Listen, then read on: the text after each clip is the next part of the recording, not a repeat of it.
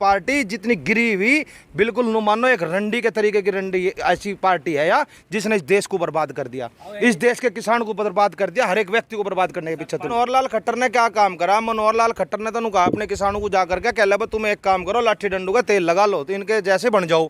आज क्या काम हो रहा? आज उत्तर प्रदेश का किसान अगर अपनी धान को लेकर के हरियाणा में जा रहा तो जानबूझ के पुलिस प्रशासन से उस किसान को रोका जा रहा। क्यों रोका जा रहा?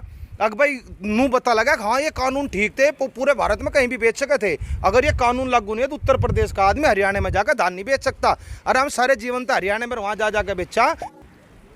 सिंधु बॉर्डर पे एक आदमी की हाथ काट कर हत्या कर दी गई, निहंग सरदार ने हत्या करी।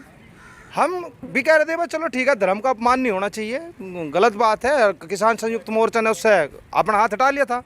लेकिन ये देखो आज जो फोटो आ रही है, सेम जो कांड इन्होंने 26 जनवरी को करा था वही कांड दोबारा दोहराया गया। जू का तू वो का वही एपिसोड, जू का तू।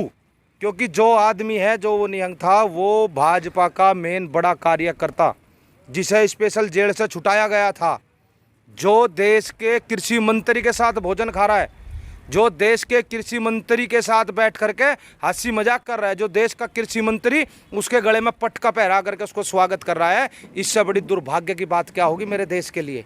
मेरे देश को बर्बाद करने पे उतर गया भाजपा। अरे इतने बड़े बड़े षड्यंत्र किसानों को खत्म करने के लिए, सरदार कौम को खत्म करने के लिए, और कैसे मूर्ख है आदमी जो सरकार के चक्कर में आकर अपनी जात बिरादरी के साथ भी धोखाधड़ी कर रहे हैं। ये तो अफसोस की बात है, सितम की बात है। ऐसा तो नहीं होना चाहिए ना। अगर भाजपा अपना इतना स्तर गिरा देगी, अगर भाई किसान आंदोलन को खत्म करने के लिए साम दाम दंड भेद हर चीज इस्तेमाल करेगी, एक अपराधी को जेल से छुटा करके पूरा षड्यंत्र बनावेगी और षड्यंत्र बना के आंदोलन को खत्म करने का प्रयास करेगी, ये तो देश का दुर्भाग्य है। बॉर्डर का जिक्र किया, इतनी बड़ी घटना वहाँ सिंगो बॉर्डर पे हो गई, लाश लाके टांग दी गई बैरिकेटिंग पर। किसान संयुक्त मोर्चा ने कहा हमसे कोई लेना देना इससे नहीं है। क्या वहाँ इतने सब किसान, तुमको पता भी नहीं चला इतनी बड़ी घटना हो गई? देखिए मिला तो नहीं ना, किसानों का हाथ मिला तो नहीं, उसके अंदर मिल गया ना भाजपा का ही हाथ। कराना भाजपा ने ये काम। भाई प्रत्यक्ष को प्रमाण की आवश्यकता नहीं है, फोटो है ये मेरे पास, सारे फोटो पड़े और आज सोशल मीडिया पे पूरे एक्टिव हो रहे हैं फोटो। मनोहर लाल खट्टर जो होम मिनिस्टर से मिले थे वो उसी का बोल नहीं रहे थे 4-5 दिन? भाई उन्होंने तो मनोहर लाल खट्टर ने क्या काम करा? मनोहर लाल खट्टर ने तो कहा अपने किसानों को जाकर के, कह ले तुम एक काम करो, लाठी डंडू का तेल लगा लो तो इनके जैसे बन जाओ। आज क्या काम हो रहा? आज उत्तर प्रदेश का किसान अगर अपनी धान को लेकर के हरियाणा में जा रहा तो जानबूझ के पुलिस प्रशासन से उस किसान को रोका जा रहा। क्यों रोका जा रहा? अगर भाई नू पता लगा हाँ ये कानून ठीक थे, पूरे भारत में कहीं भी बेच सके थे, अगर ये कानून लागू नहीं है तो उत्तर प्रदेश का आदमी हरियाणा में जाकर धान नहीं बेच सकता। अरे हम सारे जीवन तो हरियाणा में वहाँ जा जाकर बेचा, आज यू कहाँ था नया कानून आ गया, कहाँ था पुलिस रोकने लगी आज के टाइम? भाई बताओ। और आज किसान इतनी बुरी तरीके से मरा, जिस तरीके से बारिश हुई है, बरसात होकर के जो किसान बर्बाद हो रहा है आज के टाइम, चौड़ा मुंजी सब बर्बाद होगी किसान की। कहाँ है सरकार? किसान के बारे में तो सोचना ही नहीं ना इन्हें। इन्हें तो अपनी सत्ता को कैसे रखना स्थापित, इन्हें ये सोचना। 5 राज्यों में विधानसभा चुनाव है, 5 राज्यों में विधानसभा चुनाव है। उत्तर प्रदेश सबसे बड़ा प्रदेश माना जाता है और कहते हैं संसद का द्वार उत्तर प्रदेश से खुलता है। आपके किसान आंदोलन का असर वहाँ कुछ पड़ेगा? क्योंकि सरकार बड़े आत्मविश्वास में है, मुख्यमंत्री का कहना है कि 350 प्लस आ रही है। क्या लगता है? देखिए सबसे बड़ी चीज क्या है, लोकतंत्र में जनता की बहुत अहम भूमिका है और देश का राजनीतिक नेतृत्व कैसा होना चाहिए उत्तर प्रदेश तय करता है। भाई संसद भवन में कौन बैठेगा ये उत्तर प्रदेश तय करे। लेकिन आज जो है सरकार बता रही ना 300 प्लस और 400 प्लस और 500 प्लस, ये बकती फिर है ना, यह सरकार इको चैम्बर में फंस चुकी। इन्हें तो क्या करना है कि इन्हें तो ईवीएम में गड़बड़ करनी। लेकिन इको चैम्बर है क्या? जो कुछ ये मुंह से बोल रहे हैं वो मीडिया उससे तेज गति से इनके पास वापसी पहुंचाती है। आपने देखा होगा प्रत्यक्ष प्रमाण की आवश्यकता नहीं है। हरियाणा में देख लेते, अब की बार 70 पार, बंगाल में देख लो, दिल्ली में देख लो, जहां भी तुम देखोगे ना वहां देखने के बाद एक ही पता लगेगा कि रोड़े तो पहले बहुत तारे, शोर तो बहुत मचा हुआ है, लेकिन बाद में आने के बाद इनका रिजल्ट 0 निकलता है। और ऐसे उत्तर प्रदेश के अंदर होगा, उत्तर प्रदेश ना बर्बाद कर देगा, इस भाजपा को खत्म कर देगा। जितनी गंदी पार्टी, जितनी गिरी हुई, बिल्कुल नु मानो एक रंडी के तरीके की रंडी ऐसी पार्टी है या जिसने इस देश को बर्बाद कर दिया, इस देश के किसान को बर्बाद कर दिया, हर एक व्यक्ति को बर्बाद करने के पीछे तुल रही है। सतपाल मलिक ने कल कहा, क्या नाम है, कि उत्तर प्रदेश में विधायक एमपी एमएलए गांव में नहीं घुस पा रहे हैं। हाँ, गांव में घुस ही नहीं पा रहे हैं, उन्हें तो पता है, उन्हें तो पता है। उसने सतपाल मलिक ने पीछे भी पहले भी 3-4 बार बयान दिए, मोदी जी को भी कहा भाई इन किसानों की बात मान ले, अगर इनकी बात मान लोगे तो भाई थारा समाधान हो जाएगा, तुम्हें 1-2 सीट भी मिल सके। अगर इन किसानों की बात ना मानी तो भाजपा को खत्म कर देंगे, और अब की बार भाजपा को खत्म ही करा जा रहा, इसे जड़ से खत्म करेंगे। कहा कि अगली सरकार नहीं बनेगी। हाँ बोल तो दिया ना भाई, भाजपा ने पहले ही बोल दिया। वो सतपाल मलिक क्या है, किसानों का हितैषी है, हमारे बीच में निकल कर गया हुआ है। लेकिन बात यह है कि जो भाजपा के बाकी नेता है वे कितने मजबूर है, वे कैसे बन चुके हैं, वे तो बिल्कुल बर्बाद हो गए, वे तो बोल भी नहीं सकते, उनकी तो अभिव्यक्ति की आज़ादी चली गई। एक आदमी ऐसा तो है कम से कम बोल रहा, आडवाणी बोल रहा था, एक बार उसे दबा दिया। वरुण गांधी बोल रहा, उसे भाजपा से बाहर कर दिया, ठीक है, उसकी मां को बाहर कर दिया। अब सोचो ना, जो इस सरकार के खिलाफ आवाज उठावेगा उसे ये बाहर कर देंगे, उसे बर्बाद कर देंगे। ये तानाशाही पे चल रहे हैं, बिल्कुल हिटलर है, हिटलर। जहां से कॉन्टैक्ट है ना, वो कॉन्टैक्ट है शाह से, अमित शाह से। अमित शाह एक तड़ीपार है, एक बदमाश नीति का आदमी है, जो एक बदमाश प्रवृत्ति का आदमी है, और जो उसका साथी है गृह राज्य मंत्री, वो भी बदमाश है। तो बदमाश की दोस्ती बदमाश की कह लो।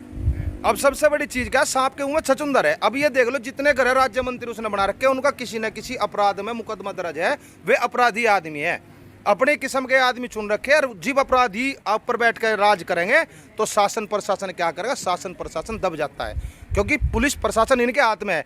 और वही गृह मंत्री बना बैठा आज देश का, जो एक तड़ीपार था। एक तड़ीपार का मतलब क्या है, देश का होम मिनिस्टर बनने के लिए क्या आवश्यकता पड़ गई थी ऐसी? देश के क्या और काबिल व्यक्ति नहीं थे भाजपा में, हैं? और आज के समय इतना बड़ा दुर्भाग्य है मेरे देश का, इस मोदी को आज ही गद्दी त्याग देनी चाहिए, आज के वक्त एकदम तुरंत। कह तो रहे मुआवजा तो दे दिया गया, अब तो मामला को शांत कर देना चाहिए। क्या आप मुआवजा देने से किसी की जान वापसी आ जाएगी क्या? किसी की जान वापसी नहीं आ सकती। मुआवजा तो सिर्फ एक है कि उसके घर परिवार को थोड़ी बहुत मदद मिल जाए, उस मदद के चक्कर में वो कर दिया काम। लेकिन एक बात तो बताओ, किसानों की मांग तो एक है कि उसकी निष्पक्ष जांच हो, और जो अपराधी है उसको मुकदमा हो। बोल रहे हैं, अभी एक वीडियो वायरल हो रहा है, वो बोल रहे हैं कि पुलिस की गलती थी, वहाँ बैरिकेड्स क्यों नहीं लगाया, उसकी जांच पुलिस की जांच। पुलिस किसके हाथ में थी? पुलिस भी तो उनके हाथ में थी। मैंने कह रहा, अच्छा एक बात तो बताओ, जब 26 जनवरी को ट्रैक्टर दिल्ली में पहुंच जाता है लाल किले पे, वो भी तो गलती पुलिस की है, वो भी तो जानबूझ कर मोड़ा गया। ये तो आंदोलन को एक अलग रूप दे रहे, ताकि यू आंदोलन उग्र हो जा, दंगा हो जा, भड़क जा, लड़ाई हो जाए, इस आंदोलन को इस तरीके से खत्म कर दे। लेकिन किसान इतना समझदार हो चुका है, किसान एक भी कदम ऐसा गलत नहीं उठाएगा जिससे उसकी आन बान पे थोड़ी सी भी आँच आए। के चुनाव में क्या होने वाला है, किसान आंदोलन का असर किस तरह से पड़ेगा? भाई उत्तर प्रदेश के अंदर एक चीज तो है, भाजपा तो आनी नहीं। भाजपा का आया आदमी गांव में जाकर वोट नहीं मांग सकता, वो माहौल देश के अंदर बन चुका है। और हरियाणा के अंदर तो जुत्तू पिट है, और उत्तर प्रदेश के अंदर भी वही काम हो गया। अगर एक भी व्यक्ति जाने का प्रयास करेगा तो उसे गांव से चप्पल उसे पीट पीट का खदेड़ दिया जाएगा। सोशल मीडिया से लेकर के मेन स्ट्रीम मीडिया तक एक बहस छिड़ी हुई है सावरकर बनाम गांधी की। और देश के सुलझे हुए नेता राजनाथ सिंह कहते हैं कि सावरकर ने माफी इसलिए मांगी थी कि गांधी ने कहा था। हाँ, यानी कि अब से पहले तो इन्होंने यह चीज भी नहीं माननी थी, बस सावरकर ने माफी मांगी थी। सावरकर को तो वीर बना रखा था इन्होंने, अब जाकर कम से कम इन्होंने नू तो कहा हाँ गांधी जी कहने पे माफी मांगी, यह चीज तो स्वीकार कर ली। तो हम लोग गलत तो नहीं कह रहे थे भाई, तो माफी वीर सावरकर है, माफी मांगने वाले तो सावरकर था, इन्होंने अपना आप स्वीकार कर ली। और सबसे बड़ी चीज क्या है, मेरे देश का दुर्भाग्य देखो, कहला और हर पूरे देश का हर नागरिक जानता है, सिर्फ एक भाजपा को छोड़ गए। आज इतिहास के पन्नों को बदलने का प्रयास किया जा रहा, सावरकर को इतिहास के अंदर सेट करने का प्रयास किया जा रहा, लेकिन यह देश की जनता, ये हमारे जैसे विचारों के लोग, जो भगत सिंह के विचारों को लेकर पैदा हुए, वे लोग इसे इतिहास में लिखने नहीं देंगे। सावरकर गए, अमित शाह जेल गए, वहां पर निकलने के बाद उन्होंने कहा कि अगर आपको देशभक्ति सीखनी हो और वीर बनना है तो सावरकर को का पालन। हाँ, उसने तो ये भी कहा कि यहाँ की आओ में सावरकर गूंजता है। भाई सावरकर ने जी माफी मांग ली, माफी मांगने के बाद में जो क्रांतिकारी लोग थे उनकी मुखबरी करा था, और उनकी मुखबरी करने के उसे पैसे मिला कर 60 रुपये पेंशन मिले थी उस टाइम, और उस टाइम डीएम को मिले थी 40 रुपये।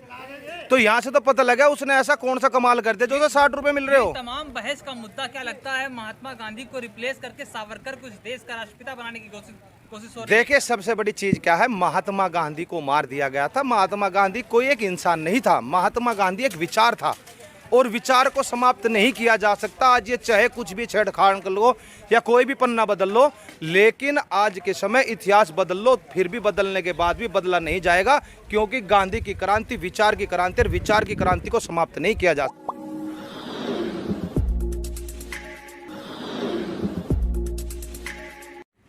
कुछ दिन पहले